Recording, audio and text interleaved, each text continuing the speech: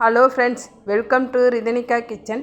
இன்றைக்கி பார்க்க போகிறது குக் வித் கோமாளியில் திவ்யா துரைசாமி செய்த அரேபியன் கோதுமை மாவில் புட்டிங் பண்ணியிருப்பாங்க. நான் ப்ரெட்டை வச்சு பண்ண போகிறேன். எப்படி பண்ணுறதுன்னு பார்க்கலாம்.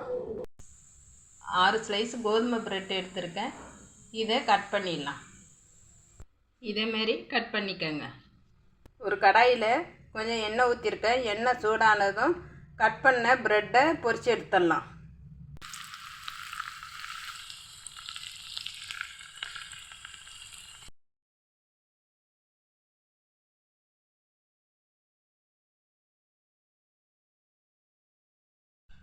அடுத்து பாலை காய்ச்சிடலாம்.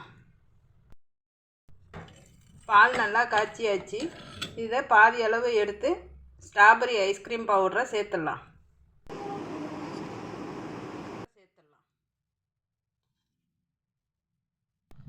1/4 கப் அளவுக்கு சர்க்கரை சேர்த்துடலாம். சர்க்கரை கரைஞ்சதும் ஸ்டவ்வை ஆஃப் பண்ணிடலாம்.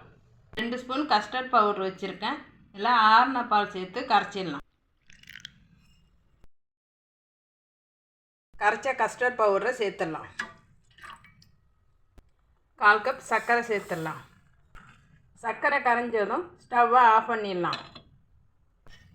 1/2 கப் தேங்காய் துருக்கி வச்சுருக்கேன், வதக்கிடலாம். கலர் மாறாமல் வறுத்துக்கலாம்.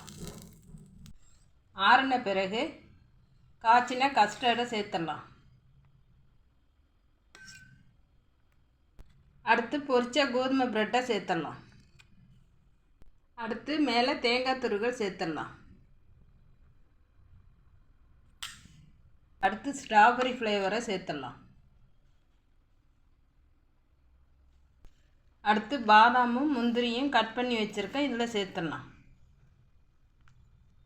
அடுத்து ரோஸ் இதழ் கொஞ்சம் சேர்த்துடலாம். நம்மளுடைய அரேபியன் கோதுமை புட்டிங் ரெடி ஆயிடுச்சு. பிடிச்சிருந்தா லைக் பண்ணுங்கள். ரிதனிகா கிச்சனை சப்ஸ்கிரைப் பண்ணுங்கள்.